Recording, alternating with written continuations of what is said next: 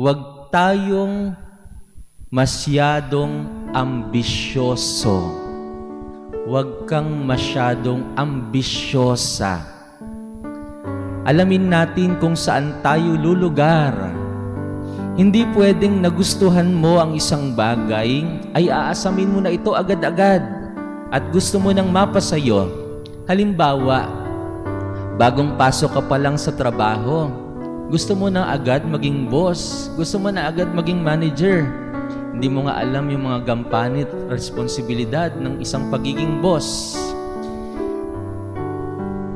Hindi po masamang mangarap.